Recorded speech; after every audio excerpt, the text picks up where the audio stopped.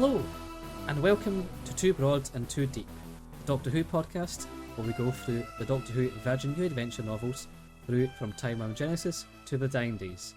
I'm Anthony, and I'm joined by Alasdair. Oh, Anthony, good to see you. Good to see you. How are you doing? I'm surviving, I think, more or less. Grand. Now, well, I guess we're trying to think if there would be any news about new adventures, and there technically is, since there's a new series of adventures coming our way in the following month. And we got a wee trailer that I think it was last week that we got. We did, yes, we got two in quick succession, and yeah, it's novel to have new Doctor Who after such a long period of a drought. It's almost like we're back into the wilderness here sometimes. But how did you find that trailer? The first one was fine. It was functional. It got me a wee bit excited. It was quite good. The second one really dragged me in. I was a lot more excited after the second one. What about yourself? I think it was about the same, just because, you know, we got some flavour of Shooty in the Christmas special, but you know, it's hard to judge because we're in again a different era to you know, Chris Chibnall, and how he had a bizarre way sometimes of doing trailers. It didn't quite whet the appetite in the same way. Like, I always think about that trailer at the end of, I think it was The Woman Who Fell to Earth, when it was maybe Spyfall. No, I think it was The Woman Who Fell to Earth. And it showed just a montage of different actors, as if, you know, the intended audience, typically of younger people, would know, oh, it's that obscure actor who was maybe, you know, in a run of Casualty 5 years ago, or whatever. It didn't spark the interest in a way that, you know, Russell T Davies knows how to make sure there's zappy images with zappy lines, making sure we're getting involved. Davies has always known who his audience is, and he's quite happy to cater to us, and that's fine. We are very happy with that. I'm over the moon as well that we haven't got Series 1 yet, but we're already getting news about Series 2. It's like, oh. Yes, we got new companion announcement. I forgot about that. And it's so nice after, here's your series, now sit tight for a couple of years and we might give you some more. I did, however, enjoy, because, you know, this insinuates there's going to be two companions in Season 2 that we're going to get. The press release of it did say that we're excited to have Varada, who you know, is coming on board. But in it says, never before has the Doctor had two companions at once. Now, the ire of many a 60s fan got quite high, including even quite literally Peter Purvis, because I saw a tweet from him saying, "What total tosh. There were two companions in almost all of the 46 episodes in which I appeared, and prior to that there were three. In Patrick's time there were mostly two as well. This idiot is talking complete rubbish." Yes. Now, I'm sad he didn't say what complete Donald tosh, you know, since that was his showrunner for most of it. But, you know, it was maybe someone who needs a bit of research to be making such bold statements for the BBC publicity department. You don't even have to go back as far as the classic series. I mean, the Ponds, Rory and Amy. Yeah. It's... And even actually, even later, Bill and, is it Nardole? Yeah, Nardole. Yeah, of course, Bill and Nardole. That was a two companion time as well. So yeah, it's just but you do. Oh, even the Flux. Aye. Yeah, Yaz and Dan. Yeah. Although by halfway through the Flux, about everyone in their gran was a companion. Yes, that was so.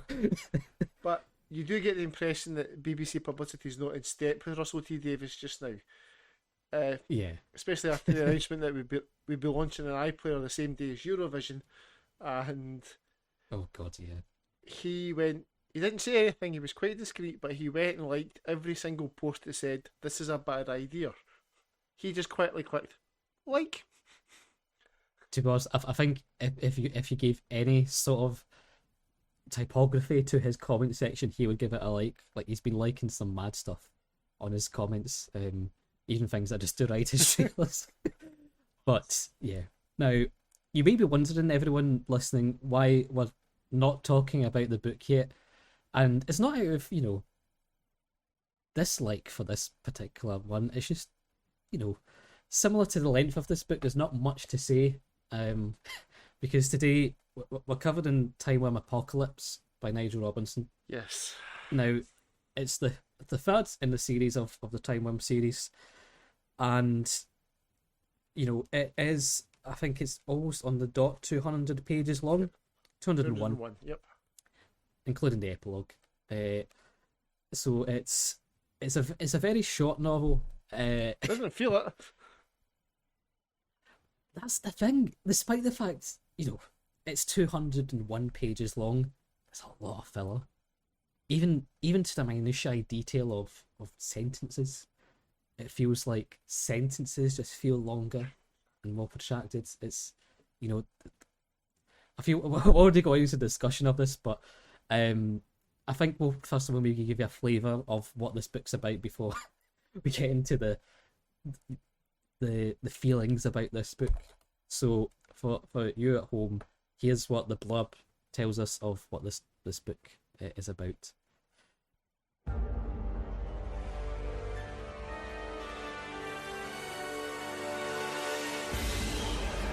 The end of the universe. The end of everything. The TARDIS has tracked the Timewyrm to the edge of the universe and the end of time, to the lush planet Kerith, a paradise inhabited by a physically perfect race. Ace is not impressed. Kerith has all the appeal of a wet weekend in Margate, and its inhabitants look like third-rate Aussie soap stars. The Doctor is troubled too. If the Timewyrm is here, why can't he find her? Why have the elite Pangistri lied consistently to the Cariffins they govern? And is it possible that the catastrophe that he feels impending is the result of his own past actions? Now, that doesn't quite describe some of the strands this goes to in the way that we want. I don't know if maybe Alasdair, what actually does happen in this book? Oh, that's a very good question. It's basically, if you've seen The Doctor's Daughter, you're not too far away from what's happening.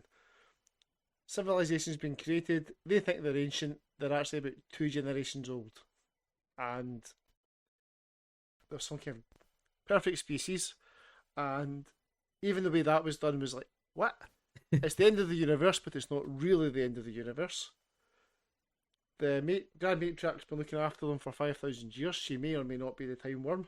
Yeah, I mean that's the crux of it is that discussion about this planet. Basically, Kerith, planet at the end of the universe, race of humans, humanoids, who are just kind of like docilely going about their days. Nice, perfect, idyllic lifestyle within this planet.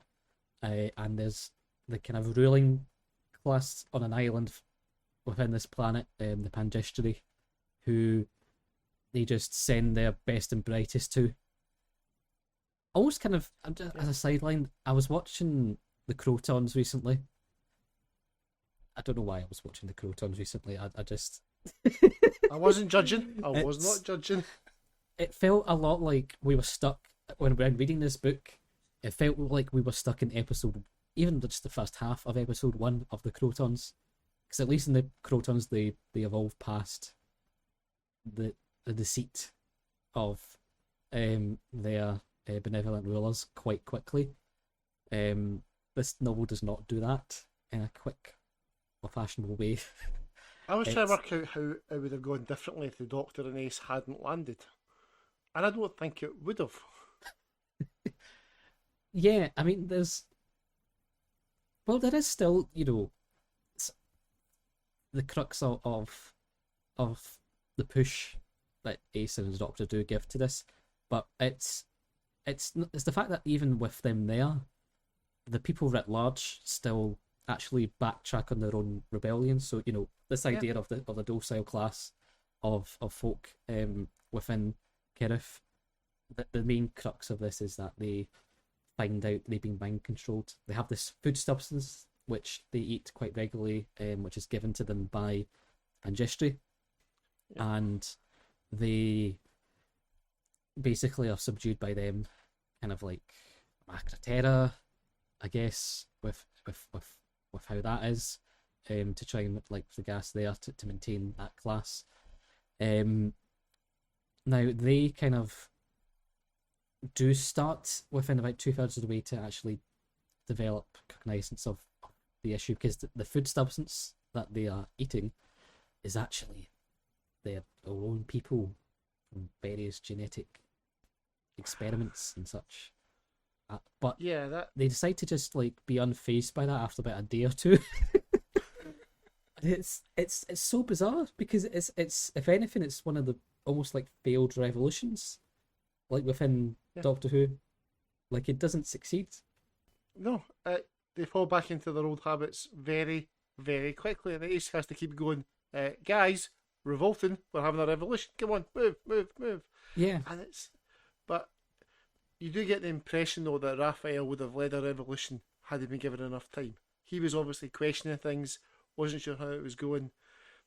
Actually, Well, no, there we go. There's the change that the Doctor made. He stopped Raphael from drowning. well, I don't think I agree, because the issue was basically, whilst this revolution is taking place after Ace stopped the food supply, um, to the main folk in Kirith, um, Ace and the Doctor and the merry band of locals, which is Raphael, who is, I don't know, just generic bland lad. He's just like this wholesome, simplistic hero, sort of person who wants to be exploring, and he's up for new experiences to an extent, but Yeah, not he's about really. 2 drafts away from being a fully realised character. He's not quite there. Yeah. So there's Raphael in this planet. There's Meryl, who's like his learned father figure, who sometimes wishes to go to the stars, but he's never dared try to do anything about it. I actually Um, really, really liked Merrill. I wanted to see more of him. He was quite. see, yeah. It was. Um, it was bizarre having these bands of people, and it kind of go, like we say, kind of, they've got no agency of their own, because my main thing is, the merry band of folk go with the Ace and Doctor to try and go to the source of issues in the Pingistry, but the revolution kind of stalls because there's not really the Doctor and Ace there to Push it physically on, push yeah. them to go through the door and do stuff there. It's as if the writer just didn't know, didn't give any agency to anyone on that ground to do what we would expect within a typical self-sparked revolution story in Doctor Who, because in essence this is a generic, if not one of the most generic Doctor Who Oh, stories you could do. yeah, it's bland, which is the worst crime for Doctor Who. It's just there. It's even the character development. Revna, yet another character whose name starts with R, as you pointed out.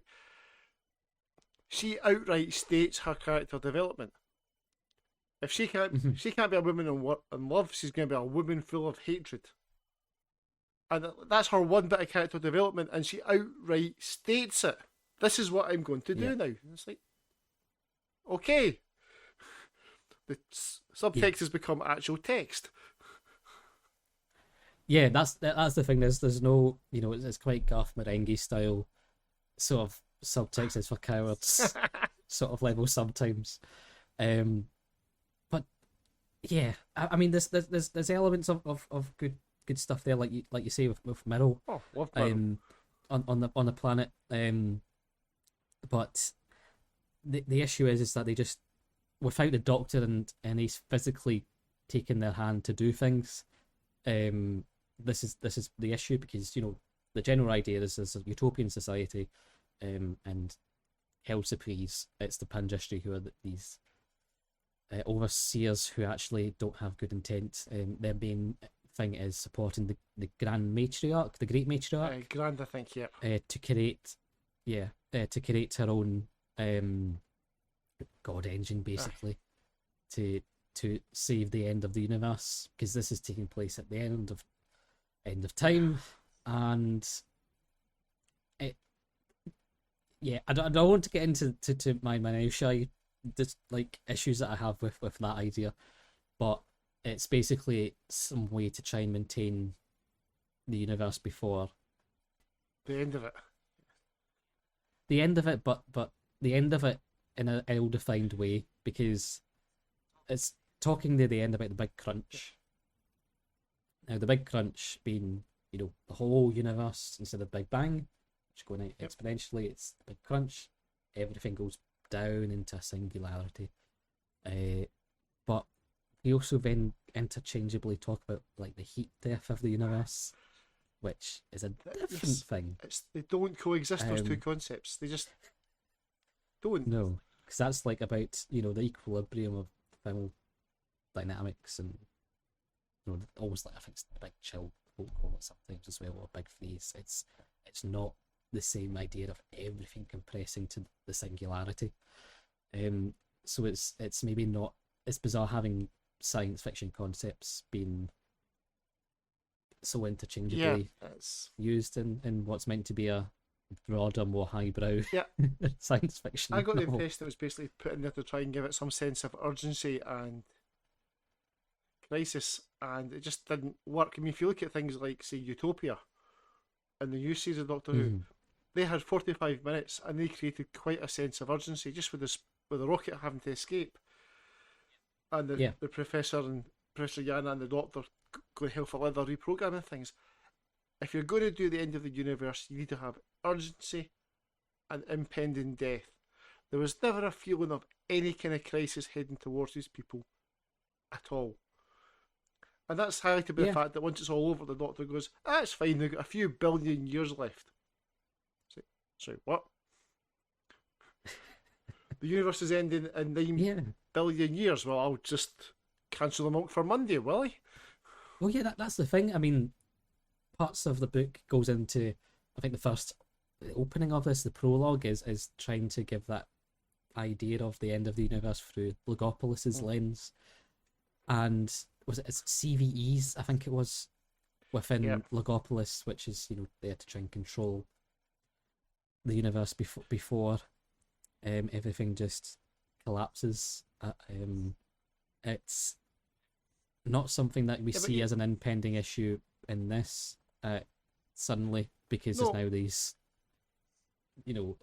continuation for many many more eons to come. Yeah, and the idea that the God Engine's going out to explore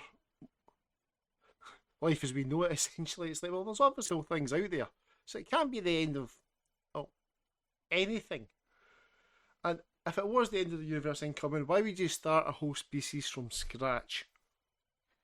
Well, Why? that's the big crux as well. So you know the plot being the reason why why they're creating, or how they're able to create the God Engine, is by basically manufacturing their own race of folk to find the perfect beings, to manufacture perfect elements to make this omnipresent God Engine.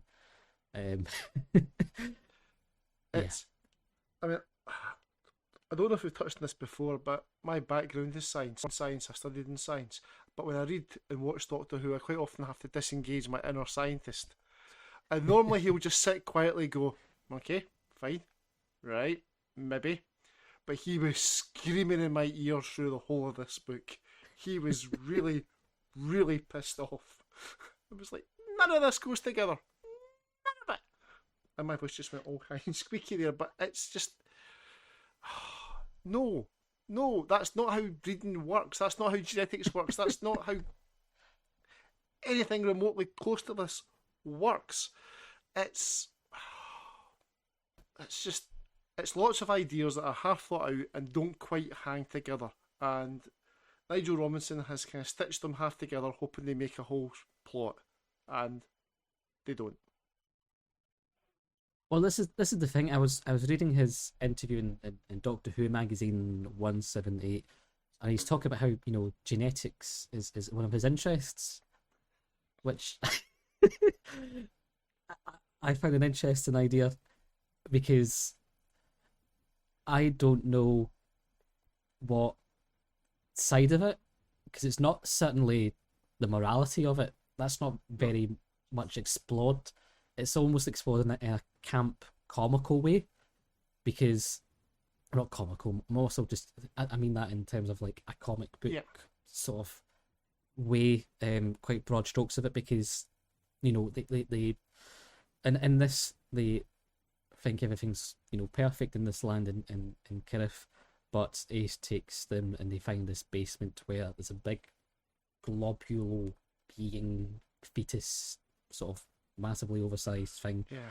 the homunculus, which is quite a good name, to be honest. I Yeah, quite that's like got that. its roots. But But yeah, it's this kind of comical, broad stroked idea of like horrific genetic experimentation, but it's never a theme that's been kept hammered throughout. There's companions as well, who are assistants to the Pangistri, who are these deformed animals, yeah.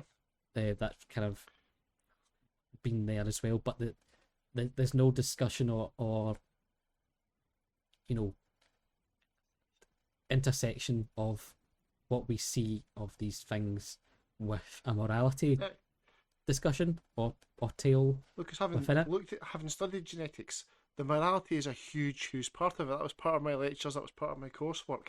It is integral to any good story you tell in science fiction regarding genetics. You throw the morality in.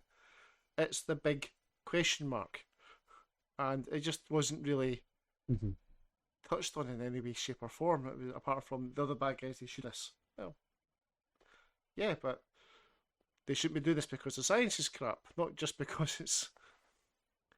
Yeah, Mm-hmm. it's.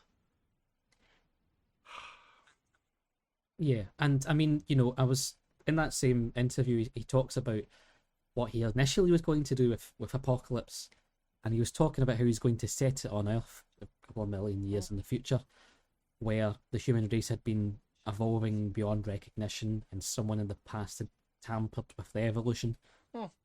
and so it was going to be an idea on that scale, which would have I been quite quite like that idea. interesting. Yeah, In fact, kind of touches almost on what it kind of almost touches on what you were yeah, saying about Utopia, actually, with yep. the future kind.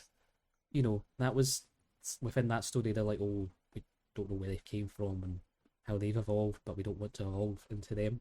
And there's that kind of morality discussion there, but there isn't that really in what becomes Time Apocalypse, because the evolution point is quite literally to a point for a continuation of the universe. There is, I think, a brief discussion within the end of the book, because they have to balance between not what's happened with the creation of a race specifically for this. It individualizes the morality issue, because like we said, the evolution point is about making a whole Yeah, race of people just to create a god engine. And the end of this novel is about sacrificing Ace into the god engine. And the Doctor's morale dilemma is, do I sacrifice Ace, one person, for the livelihood of billions? yeah, Which, fine enough morality tale, but is an issue that we've had,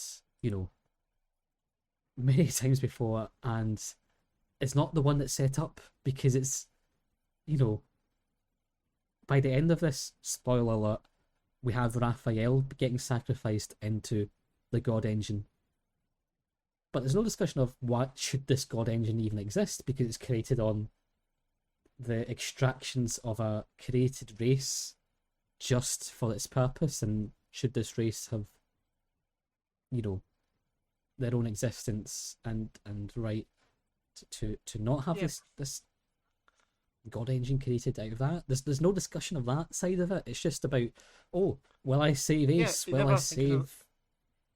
save, something? It's very immediate and just about individualistic issue, rather than the broader, deeper, as it were, you know, point about why you have this genetic race created by Yeah, and Dindrashi in the first place. he never even considers the option that maybe destroying the God engine is a thing he could do. Maybe he could stop that. Maybe he doesn't need to sacrifice Ace or Raphael. And that's before we even touch the idea that they were going to take Ace's genetic components to take her anger. Anger as a genetic component really bothered me. That's it was just it went from the Doctor not knowing what was going on, piecing things together, and then 5 seconds after he arrives in the space station, understanding it all and sacrificing Raphael. And Ace, at one point I actually liked Ace getting really, really angry at the Doctor, which I liked, for sacrificing Raphael. And it's like, how could he possibly have known what was going to happen? There was no way. None at all. Yeah. It's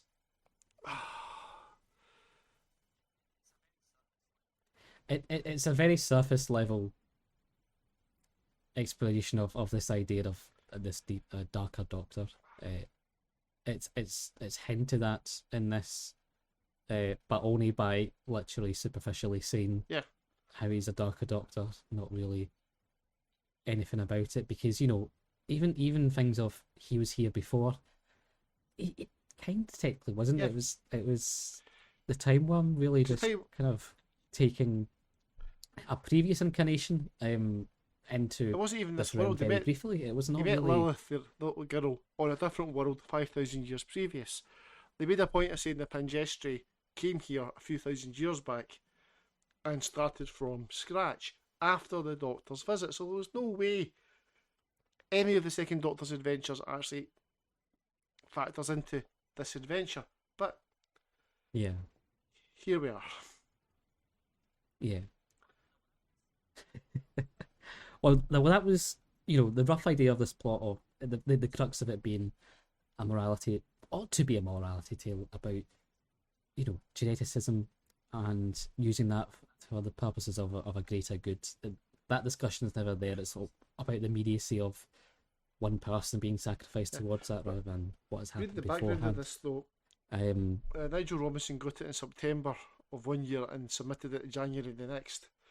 So he wrote it very, very quickly, and we levelled this criticism at Timewyrm Genesis, and I think he's only had marginally more time, and his defence has done better than John Peel did, but it still reeks of we have to get this out quickly. And there's a few drafts away from it, because there's potential for a good story in there. There's some nice ideas. It just doesn't come together as well as it could. No, I mean, it reaches the touching kind of cornerstones that you would have within a story like this, in terms of here's a perfect utopia, here's why that perfect utopia isn't so perfect, here's what they're doing actually, and here's what the Doctor and Ace face as a moral quandary. But it's just not fleshed out in that way, like we say. The points are just mentioned in a superficial way.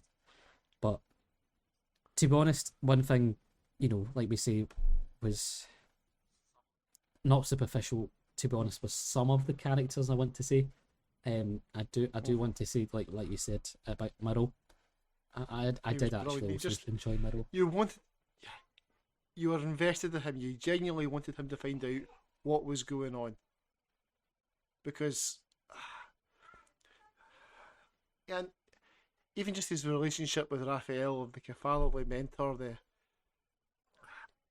he reminded me quite strongly of Professor Yana from Utopia as well. I liked him. Revna was just awful. The Procurator, what was his name? Hula, I can't remember. He was just there to be he was like the old commandant in the old war movies. He's there, everything runs fine, and then he falls to pieces when everything falls to pieces. And even just Revna reporting them and having them destroyed was like, yeah, okay, that's fine, that's done.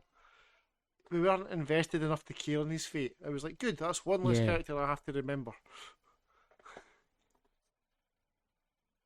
yeah, it was quite superficial Yeah, for him it's in that the way. one that also hit me quite hard was it Kraz, the former Doctor. Yeah, Oh, that Kraz, was yes, nicely done. I felt the old, but yeah, and even to an yeah, extent, Arun as well. I quite liked, you know, bringing in that kind of side of yeah, here's the underbelly of this planet and what the a lot. Pangestri have been doing. But yeah, again, it would have been it'd been brilliant to have had Yes. that much earlier on, and you know, really kind of interacting with the people in that town, Well, this is where exploring that horror of the Doctor could of have the done with two reality quite companions. more. It's just a shame that Doctor Who's never ever done that.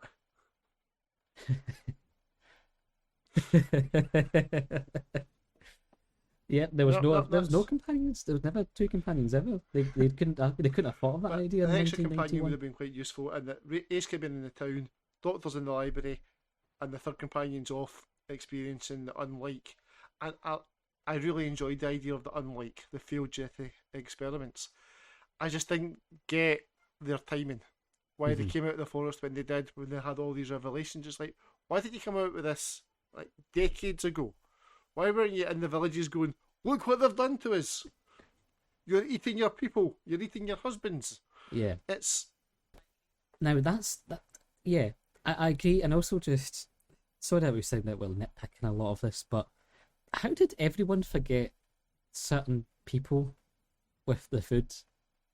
Like some people, I think at one point in the novel they were remembering, uh, and they're like, "Oh, where's my grand? Where's this person?" Where I was like, "Well, but how does the food make you forget that particular person, and then everyone forget that particular person?"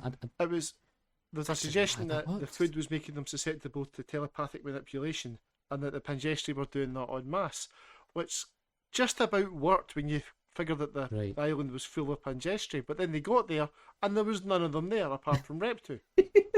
Yeah, because the whole planet basically, they had an island, like we said, but that island basically is desolate with a teleporter that takes them to their second moon, Yeah, which is the spaceship of the Pingistry. Um, the, yeah, it I was. mean, maybe they're that strong that they're just moon beaming a telepathic connection to the entire planet. I mean, now thinking about it, did we actually meet any Pangestri apart from Reptu and the matriarch? There were various ones running around scared near the end, I Oh, think. that's right. The ones the doctor said had never had any minds of their Yeah, own. Yeah, yeah. it's just. Oh. Like I said, it was a nice idea. They just didn't concrete it down. So yep, so that's basically where we find ourselves with the characters within the planet of Kerith. But in terms of the Doctor and Ace themselves, how did you find their relation? How did you find them as, you know, personified within Nigel Robinson's writing? Well, Ace seemed to almost take a backward step. She felt like early Ace, like season 25 Ace. Mm, 25? Season 24, 25 Ace. Quite yeah. early on. Quite everyone's talking codswallop. Everyone's a hooligan. Everyone's. Uh, Nitro 9 seems to be a continuing part of her personality. But I did like the bit towards the end where she get properly angry at the Doctor, which, as we know, becomes a bit of a recurring theme within the new adventures. And even if I disagree with why she was angry at the Doctor, as in it makes no sense why she would hold him accountable for something other than the author says he's accountable, it was still nice to see that in there. I thought the dynamic was just fine for this book. The Doctor was. We've seen the Doctor out of control. We've seen the Doctor lose his temper. We've seen the Doctor being violent. We saw it in the very last episode of Doctor Who before these adventures started. It felt like retreading it, and he felt even more brutal here. Like me and somebody in the nether regions attacking a startled creature with a plank of wood into the stomach, accidentally killing it. It's like none of that felt doctorish. It was I mean, I would say he does get the Doctor quite well. However, I wouldn't say it was the seventh Doctor. I would say it's the second Doctor Well, because, like we said in that but earlier, there is flashbacks to this time worm induced memory of the second Doctor on the planet, and his writings of that is very nice. It's just very not playful, but quite a wholesome view of the second Doctor, and I think it kind of ties into to Nigel Robinson himself, because he was, as a writer, he did some Target novelizations before becoming the editor. He focused mainly, I think it was on 60s ones. He did things like Age of Destruction, Sexerites, Underwater Menace, which I think was a shouting one, wasn't it? So yeah, and so because he, in fact, in particular for that one, I think is why maybe he's pulled from that early shouting. But he's just very playful. He's a very playful character, the second Doctor, in those scenes, and I quite liked those scenes with him. The seventh Doctor was a different kind of bag. Sometimes worked quite well for me. I think how he was trying to how he got on with Murrow and some of that relation I quite enjoyed. Yes. Some of, like you say, some of the more just like kind of Hinchcliffian attacks on people well, a bit sort of out of kilter sometimes, but overall I still think he was fairly kind of consistent in some way. He wasn't, a perfect encapsulation sometimes, but I still quite enjoyed how that panned out for the most part. Yeah, I mean, the scenes with the Doctor and Murrow were just brilliant. With the Doctor quietly egging him on, going, right, you thought this far, go on, have a exactly. Have a rebelling thought. You're almost there, and it was just, that was nicely done. It's the Doctor wandering about, going, yes, this isn't really as old as we thought it was. His uncovering the conspiracy was very Seventh Doctor. I really enjoyed those moments. But I've said it a few times during this conversation, and I stand by it. There's some lovely ideas there, and there's some lovely moments, and he gets flashes of the Doctor, but then he does things like put the Doctor in a fight, but clearly should have been Ace's fight. Clearly was meant to be Ace. Once again, if only he had another companion that could have been there for him. Indeed. Yeah, I mean, it's a very novel idea to have had a second companion. Who could have thought that? Only Russell Davis could have thought that. Yes, the man's a genius. Well, he does come from Virgin's New Adventure stock, so of course he would come up with innovative new ideas. But yeah, I think I could agree with you actually in terms of Ace as well. Like, not just in terms of, scenes that she ought to have been in, but even scenes that she was where, like you say, I think one point she's goading the Doctor about being a scaredy cat. There's quite a few instances where she's quite reactive in her way. It is quite like a younger Ace and how it's written. I still prefer that Ace over Timewyrm Genesis Ace of just being just like derobed in the TARDIS. And that was one feature actually that I found interesting, that we didn't have much. Like, there is stuff in the beginning of the book about the TARDIS actually, them trying to arrive and the TARDIS being a bit sort of temperamental in some way, with some sort of future illusions of a cat possibly stalking the place. But I quite it was nice. Yes, that was nice. I had it was an interesting read when I was mentioning about the Doctor Who magazine interview they do with the Virgin Timewyrm writers, because in that Nigel Robinson mentions that Peter Darrell Evans, the editor of the range, was someone who was very keen to explore the TARDIS, which I think some folk in the 80s did try to avoid for the most part, especially around actually the McCoy era. and yet we've got, Mm. you know, Genesis with all its perversions in its first few pages within the TARDIS. Um, we've got, yeah, like that happening It's there. We've got Exodus, which has got some exploration of the TARDIS and quite liberal usage of it by, hopping around various bits of time. mm, And this having its scenes talk about a yeah, temperamental TARDIS, and indeed actually the end of Exodus, storing the well, beginning of Exodus is kind of going from Genesis of storing the time worm in the TARDIS and into its interface.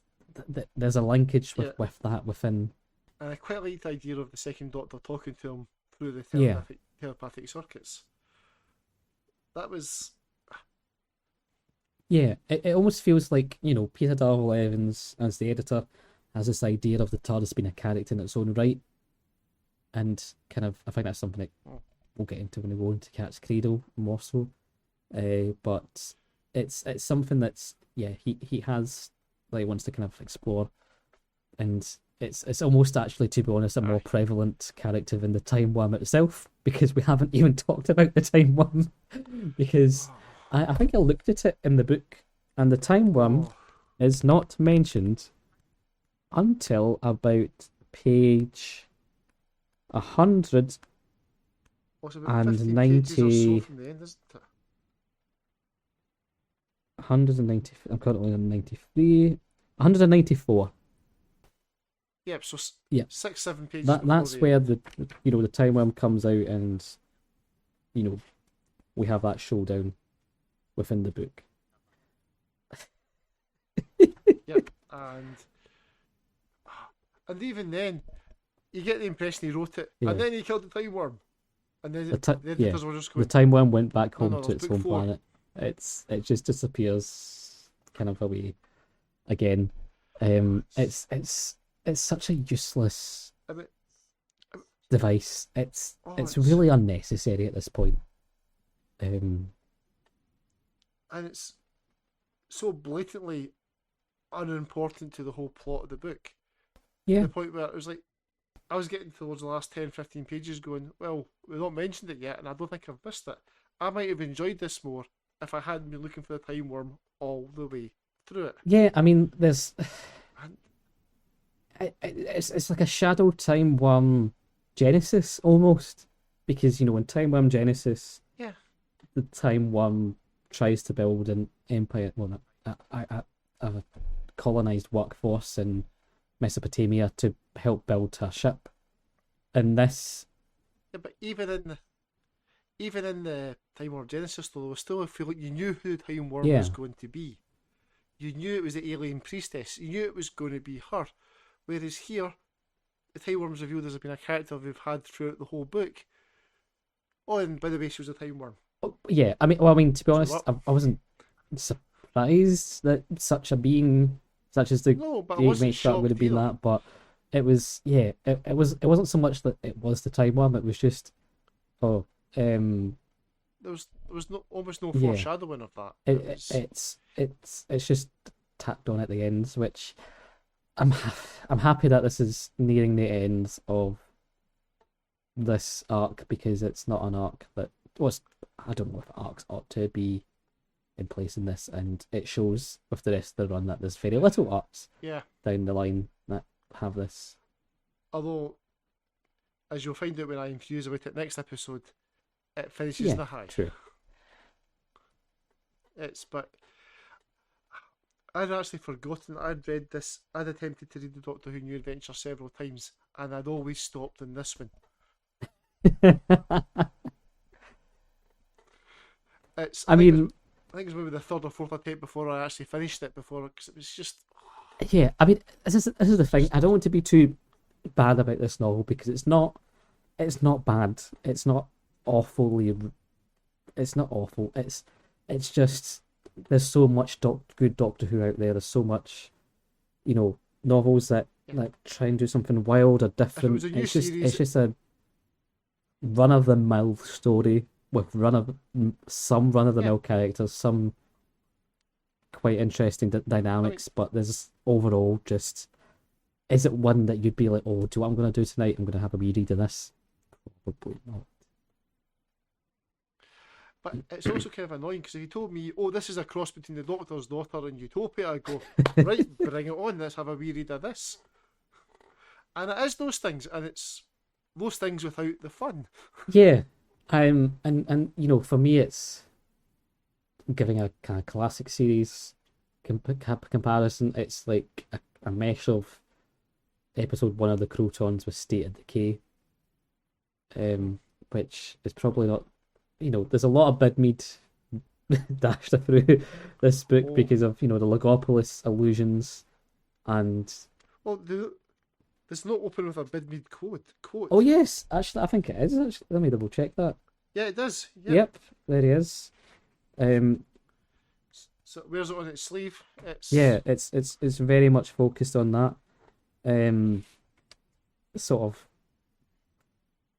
idea, which again ties into that area of the show. I always had my feelings about how Christopher Bidmead very much loved this idea of science and technical science and lots of details about science, but really was lots of different fairy stories or mythical stories that aye. were lost in the gobbledygook of technobabble, whilst Hmm. some of the more scientific stories were all interesting scientific stories were from the season before, which always seemed from like a superficial level to be very uh fantasies or fairy style mythical stories, Oh, like um yeah. The juxtaposition is always entertaining. yeah. It's And that's and at least he's true to form with Christopher Bidmead in that aspect, because the mix up of the big crunch and the heat death stuff, oh, it's following Bidmead's it's very much in his yes, footsteps. it's Yes. following Bidmead's adhesion to science, as he did in his show running time in the show. But I do want to say, like I did quite like some of the writing aspects of each paragraph is starting with this sort of subconscious awakening. I Yeah. quite like that sort of forebodingness within the book, at least with how he wrote that. Yeah. The kind of, what turns out to be the musings of the God Hmm. Engine. It's as it kind of comes through. Because at first I thought maybe it was Yeah, a time worm talking, which is like, okay, if I'm not actually seeing the time worm during the book, I'm okay with it if we're getting quotes about her at the start of the chapters. But yeah, it wasn't. But it worked quite well, and it meant when we finally got Raphael and the God Engine merging, we at least knew what the God Engine was and how it spoke. hmm, So it felt a bit more organic. But yeah, yeah, it wasn't all bad. Is what we're trying to say.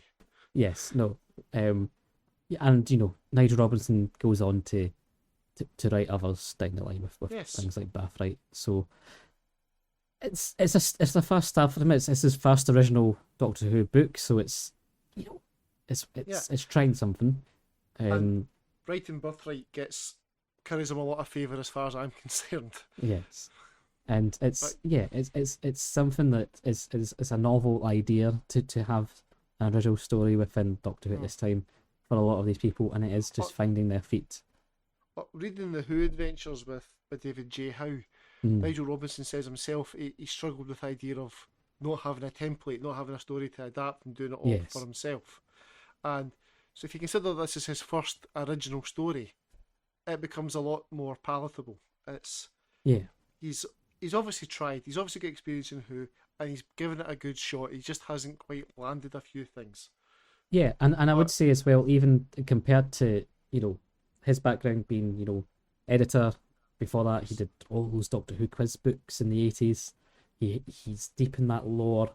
And the good thing is that he uses that lore within the book at least for a plot device that's relatively like not harmless, but quite seamless within the story. Like it mm, doesn't stick out like a sore thumb that we have in the second Doctor, being fed, and as it ties into the um yeah, I mean the the inclusion of time the second Doctor is a lot more organic than say in Genesis.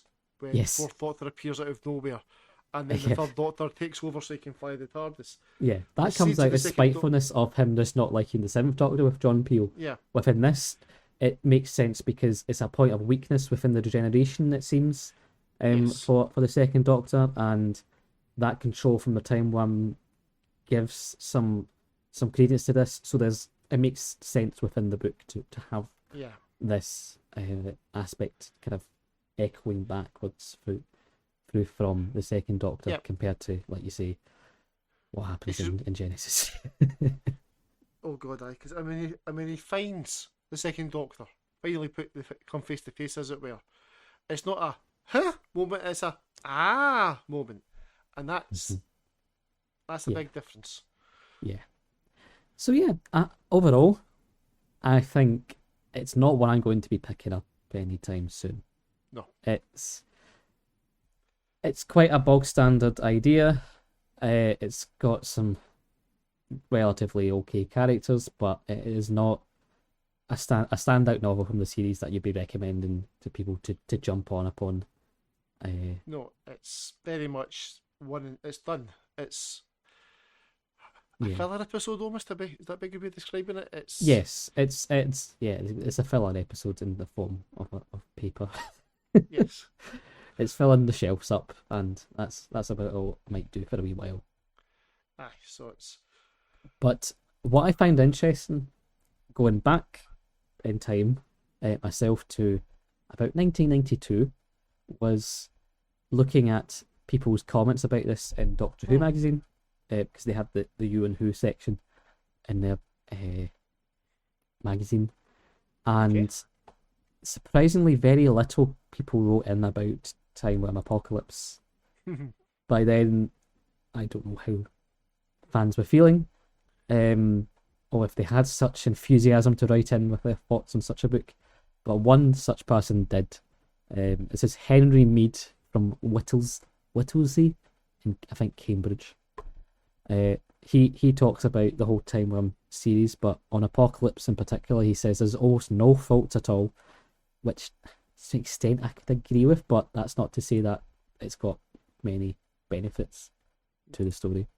Um, he says, I didn't enjoy it so much at the start, but around the middle I got quite interested. I like the idea of the time where I'm going back in time to this Hmm. Doctor's second incarnation and catching the little girl, which, yeah, it's a better utilization of the past, compared to say things like we've seen at the beginning of the series of books. But yeah, it's interesting how very little exploration there is within fandom at the time. The only other thing I could find was Gary Russell's review Hmm. in Doctor Who Magazine 180, which is actually quite positive. At the time, is something that he finds to be the best of the three. Okay. Which is I wonder if he would feel maybe the same now. He he does touch upon how the Time Worm's hatred of the Doctor and Ace are at an all-time high, which for a character who gets maybe 7 pages worth at the end is hard to elaborate upon, perhaps. But yeah, he does quite sing the praises of the side characters quite a lot, which I can agree with to extent with people like Myrrell. But Yes.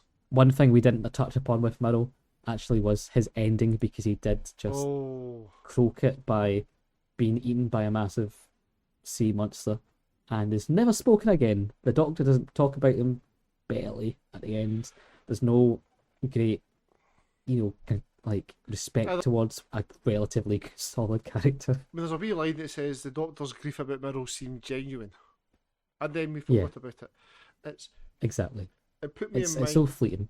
Yeah, it put me in mind. There was a phrase that me and my friends came up with about the same kind of time that Revenge of the Sith came out.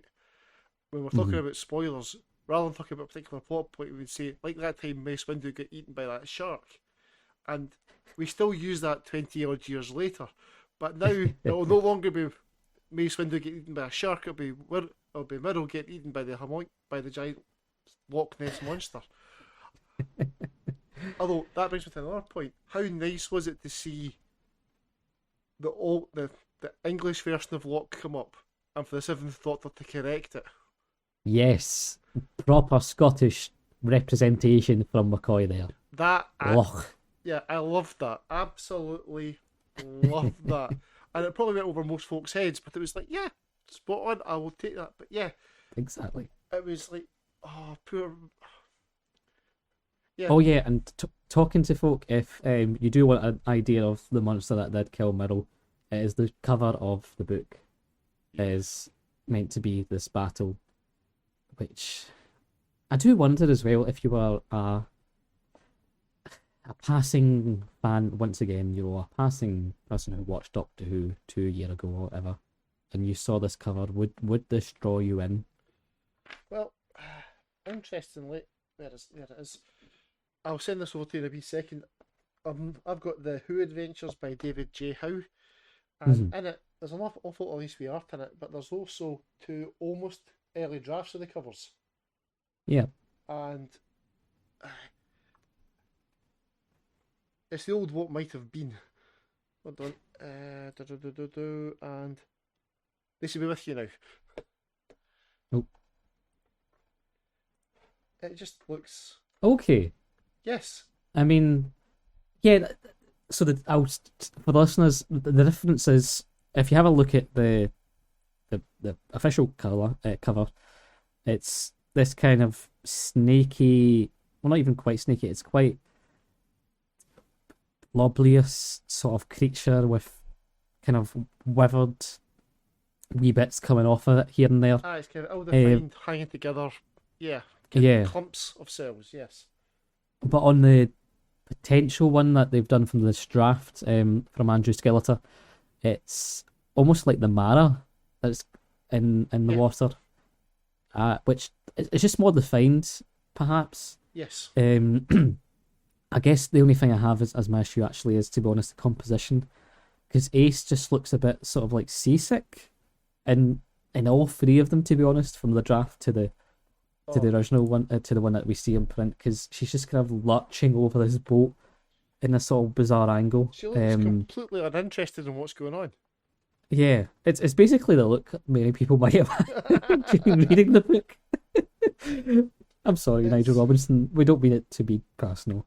But yeah, it's an interesting once again sort of cover. I don't know. It's not something that having in the foreground where she is to be that person.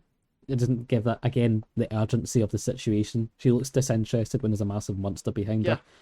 In the same way many people would be is kind of disinterested within the town for the impending doom of the entire universe, potentially. Yes, it's an odd choice, but we're fans of Andrew Skeletor for the most part, and we're not going to blame him for this one. I get the impression, looking at that, he probably had an editorial input about make it look more like this. Yes, it's potentially that, and I think it's something that, Nigel Robinson talks about, that he didn't give much input into, in terms of the cover. It was mainly just some vague descriptions of characters and some of the exciting scenes that are meant to be in the novel, and that's what Andrew went away and worked upon. But yeah, it's to be honest, it's no Timewyrm revelation also in terms of cover, which I do look forward to. Cover, yes. But yeah, so that was the comments that we had from the 1990s. We did ask around some people's thoughts for the 2020s about Timewyrm Apocalypse over 30 years later. So we did have a few comments actually on Facebook about the book. So we had Damien Moss saying it was a good read, lots of Doctor and Ace in it, and that he enjoyed it. I'm a big fan of the Timewyrm series, so all good. That's quite positive. Ross Moore says it's very simplistic in light of what the range became. Basically, a Target novelisation with nasty bits here and there. Which, Yeah, I can see that. Definitely. And finally, we had Jay North, who said, it's been over 20 years since I read it, but I remember parts of it and enjoying it. Which, certain scenes, like we said, there are the flashes of enjoyment that you do get out of this. So, yeah, it's part 3 of a 4-part book series. In essence, it almost feels like part 3 in the same way that you might have had from a 4-parter Doctor Who story back in the day as well. Yes. Where they're just kind of, holding still, holding steady. Yeah. Just kind of keeping it going, keeping it trucking. Yeah. The chase scene, the chase episode from Planet of the Spiders springs to mind. Everything is exactly the same at the end as it is at the beginning. Nothing has changed apart from the Doctor's carbon footprint. So yes, if you would like to maybe get in touch with us, because we will be doing Timewyrm Revelation next. Yep. You can write into us in various forms. And we'll give that just at the end of the podcast. But for now, thanks again, Alasdair, for joining. My pleasure, Anthony. And we'll catch you next time. Yeah, be well soon. Thank you for listening to another episode of the Too Broad and Too Deep podcast. You can contact us on our email account at toobroadtoodeeppod@gmail.com, and that's with the word 2, T-O-O. Or you can contact us on social media, such as Twitter or Instagram, at toobroadtoodeeppod, and that's with the letter 2. We're also on Facebook with the Facebook page Doctor Who, Too Broad and Too Deep podcast. Thanks again for listening.